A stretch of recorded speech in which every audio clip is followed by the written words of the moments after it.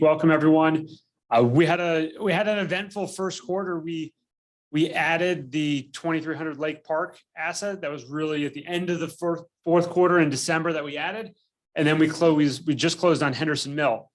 So two great deals, larger, 70, 80,000 square foot buildings that also were backed with medical and government tenants in them. So Lake Park was predominantly government. And then Henderson Mill had a VA clinic in it, which is the driving force behind the leasing there. So those are great additions to our platform. We have not been buying stuff that's really a pure office play. We own a few that are pure office, and we got those. One we're at right now, the station, we bought in like the $40 a square foot range. But some of the other ones we got at very attractive price per square foot. So that's really where we see, if we're looking at a pure office, that would be the position that interests us, is if we can get it at a great price per square foot. We're doing the Midtown deal coming up here shortly. That's the biggest deal that Greenleaf that we've ever done here, but we're also getting it for $80 a square foot, which we think it's a great position to be buying at, and there's just not a lot out there that you can find at $80 a square foot. So, and that one also has medical and government tenants in it, along with some pure office play that is there. So that's kind of update on where we are with the acquisition side. Payout wise, all of our distributions went out on the 20th.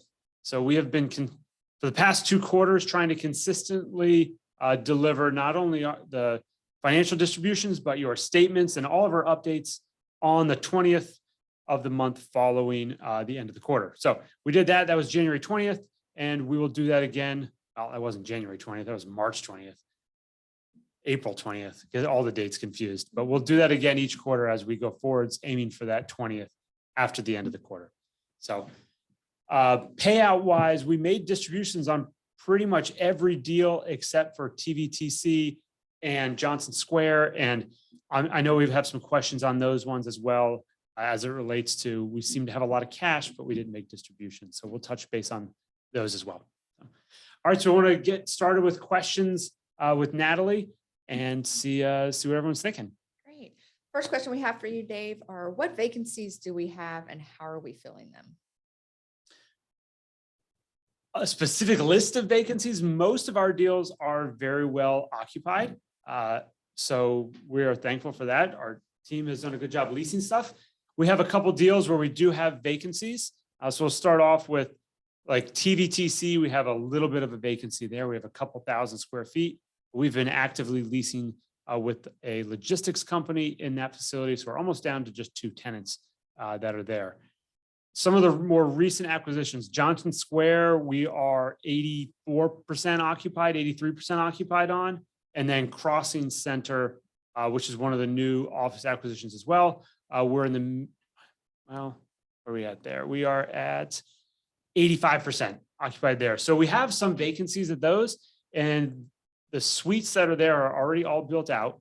So we don't have any like white box space, and that's all of our leasing on those is being handled with leasing brokers. So we're actively going through and doing showings and signing renewals. So there's definite movement at both of those assets. So that's exciting to see. They're both increasing in occupancy with us managing them since we purchased them. And our goals there is really to get to the 90% range. That's the spot that we want to be at. That's what we performed. So we have a little bit to go there, and we're really going to fill those all with broker relationships that we actively are managing. Other vacancies, we have the 3 big ones that are vacant. We have mainly the QOZ assets, which is the Lupton, 1500 North Graham up in Charlotte, and the station. For those assets, they are all in a position where they do not have anything that's ready to move into right away. Our best demand for occupancy or for leasing is around, hey, this spot is ready and they can move in literally within a week. So that stuff we see high demand for. That's a great lead into our next question of how are office demands trending?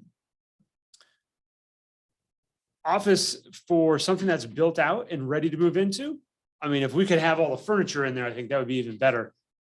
But anything that's ready to go, we're seeing good demand for that. And when I mean good demand, we're getting multiple inquiries to look at the space and go through it on each space that's open. And then that doesn't necessarily translate into, hey, we're not guaranteed a lease out of that, but we are actively receiving LOIs and negotiating leases on a monthly basis. Now, for space though that's not built out, as I mentioned with some of the QOZ stuff, if it's not built out, we're not seeing a lot of inquiries or real interest at all, mainly because our thought is that tenants are seeing that and they're thinking, man, I'm going to have to go spend a lot of money on this. I'm going to have to wait a long time before I can move in. And it sounds like a headache. And right now, I think people have enough headaches. They're not trying to look for more. So that type of space has not seen a lot of demand. And our solution there is that we have to go proactively build those out if we want to lease them. We're looking at doing some of that here at the station.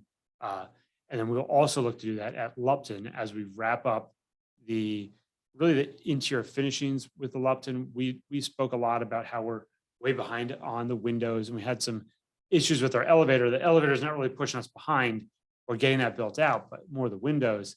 And now we'll probably look at doing interior build outs to show like, hey, here's a move-in ready space that hopefully we can lease faster.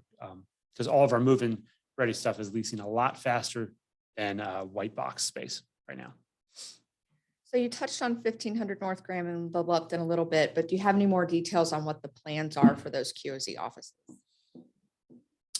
So Lupton specifically, we are doing a tax credit program right there. So that's going to help provide some additional cash flow for it. But the real plan for leasing is to finish getting the windows installed, which I feel like being a dead horse on that one, talking about that for way too long. But from there, we're going to build out some of the interior suites on the lower ground floor and box them out with offices and a conference room and progress with leasing there. At North Graham, that asset is divided into 5 what are white box big suites. So we were originally holding out. We wanted to get a medical tenant in there. It's a great location for it. But if we can't do that at this point, we're not going to hold out any longer. And we're going to try and find anyone that we can get that will use that space as designated. Originally, when we first came to market with it, we had interest from groups that wanted to use it as event space.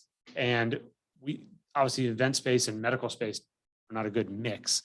But right now, when we look at North Graham, we would very much entertain anything that we're having that would come in there so we can really start getting some occupancy and driving some revenue at that asset.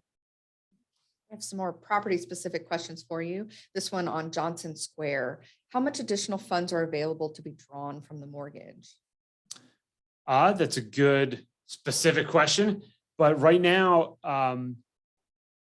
we have not drawn up all of our funds because we've been using our current cash to do our CapEx.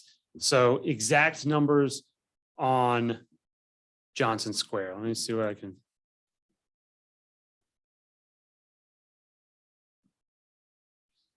All right, so looks like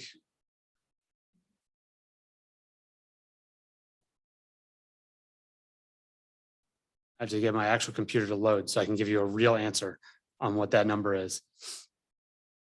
What we do there is we have the loan, and if you look on our balance sheets, even we have in our statements, we'll put the total value of the loan.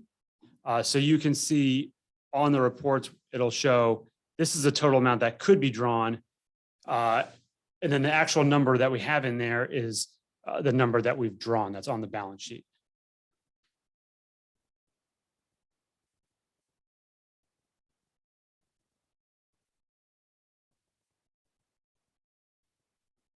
So right now we've drawn 8.9 million.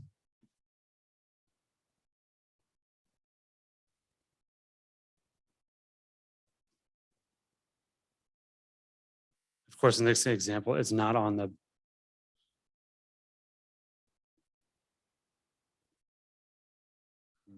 I think you've got me on this one because it's not written on our balance sheet right now. So I believe I have to get an actual answer, but I believe we have about 250 grand left that we can draw on the loan there. But we need to definitely have a specific answer for the dollar amount there. It's mainly because we just haven't done it using the current cash instead of drawing a loan on it. So that one, along with TVTCOs, were the two that we didn't have distributions on.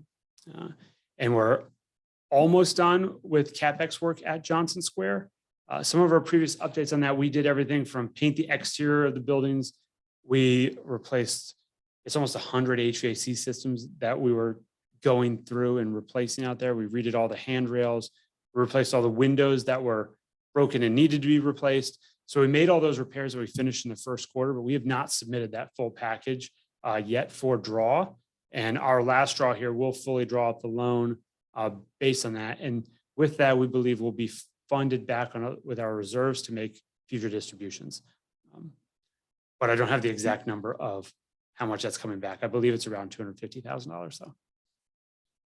Our next question is on Palmetto. With Palmetto being 100% occupied and performing very closely to budget, it still can't pay the full quarterly preferred returns, let alone catch up on the significant prefs that are accrued. What is the plan to increase distributions and catch up on preferred returns for the seemingly underperforming asset? Yeah, so Palmetto made a distribution in the first quarter. It did not make the full distribution that was due. So it owes about $17,000 a quarter for its preferred returns, and this quarter paid out $11,500. So our main issue at Palmetto, it was on track, but our taxes went up went from $30,000 to $42,000 for the year at Palmetto. We mentioned a little bit of this before. We appeal all of our property taxes, so we try and do the best we can to bring those property taxes back down.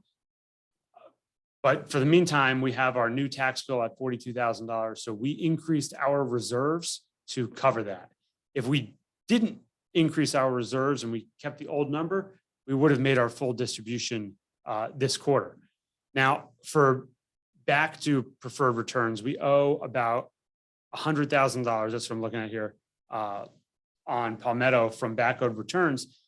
And part of that, though, is when the clock starts ticking right away when we close the deal. But when we did close that one, we had a fairly substantial CapEx project that we did. And then we had one tenant that moved out of a suite that we then went and built out new space for them in theirs and fixed an old part. There were two tenants that were kind of like intertwined, and we basically separated them and built out their spaces so that they could be in there. So that took us almost 9 months to do all of that work, including fixing exteriors, paving the parking lot, striping everything, doing the landscaping. So during that period, we weren't making distributions, and that's why they aggregated over that time frame. But that was also in the plans were to do that. So going forwards, outside of the current tax increase we have, we foresee making future distributions. And although they will be below the pref, they're going to be below the pref simply because our tax reserve went up. Optimistically, we can have our tax assessed value reduced again, not again, but reduced so that we don't owe as much on our property taxes. And if we do that, we'll be able to make additional distributions in the fourth quarter. We won't, it takes us quite a few months to go through the tax appeal process. So that's not something that it doesn't happen quickly on that front. Next question is on the station. Has there been any leasing traction on the vacant space at this property? On the true vacant space, which is like the white box, we haven't built out any of the interiors. We had a city here that was interested in the space. That it was kind of a slow discussion and never really went anywhere. So we've only had a few people actually look at the fully white space to see what a build out would look like. The space that is already built out as offices, we frequently have tours and we're actively signing leases in and out of those spaces. But our average office that's vacant is under 2,000 square feet. So these are smaller companies they are not signing 5 to 7 year leases. They're signing 1 to 3 year leases. And there's a lot more movement and turnover in that segment of the station property. If we would have known what we know now, 2020 and beyond, from when we purchased the station in 2019, we probably would not have taken apart those suites and built out and raised the ceilings. We would have left kind of the office of the 70s as the office of the future. We tried to open up all the space, and that looking back now, it wasn't the best thing to do. We had to go back and build that space out to get someone to move in. Although it will be much nicer, the current rates we're getting at the station, we're getting in the 15, so we're getting good rents. We could get that as well and higher when we build out this space. The last question that we have for you is, do you have any before and after analysis of how CapEx reduces operating expenses, such as replacing old HVAC units? It's something we look at our strategy when we buy a deal is if we get a full engineering report and all of the items that come back and say like, hey, this is going to be a problem within the next 2 years. We look at replacing those items right away. And our target is holding this stuff for 5 years. So we know if something is going to break within 2 years, it's definitely going to break within that time, that 5-year window. So we want to go ahead and fix that ahead of time so that we're being proactive on our maintenance versus reactive. There's not like a definitive way we can say that it creates value, but when we have a resident or a tenant or anyone in our space where they see us proactively fixing things, they're much more likely to be a good tenant. They're much more likely to sign renewals, talk positive about the property, and it makes for a much better tenant manager relationship. So we're aiming for those things. Those are kind of intangibles. You're looking at how people feel about the space that they're in. That's always been something that's important to both Josh and I, is, how do people feel about the home or the space or the office or anything that they're in that we operate. So we've always gone with that approach of like, let's go in and just fix this stuff on the front end to be proactive and show that that's our method of management. We had one more question come through. So based on your experiences over the past several years, what have you learned and what might you do differently in the future on commercial deals? Well, the one thing we've shifted on is, the type of tenant that's in a commercial space. We started in commercial prior to 2020 and COVID, and we're still doing it afterwards. The work from home and changes in the office space have been, those are dramatic and those are not short-term things. But the core commercial spaces that are occupied by either government-backed or medical-backed tenants, those have done exceedingly well. And there's a lot of demand for medical. There's a lot of need for medical, means there's a lot of demand for space. So we like those spaces. We're honing in on those now. And we really haven't done any other deals that are purely office unless we're getting them at a great basis. And when, it's kind of one of those things when it's not the sexiest thing to buy at that time, that's when you're going to probably really find the best deals. So the office that we do have, we own all of it at a very good basis, which, it doesn't create the greatest cash flow right now, but they're very good deals from the standpoint of how we own them for the long term. That's what we have for you, Dave. We certainly appreciate all of you joining us and for all your wonderful questions. Thank you so much for joining us, and we hope you enjoy your day.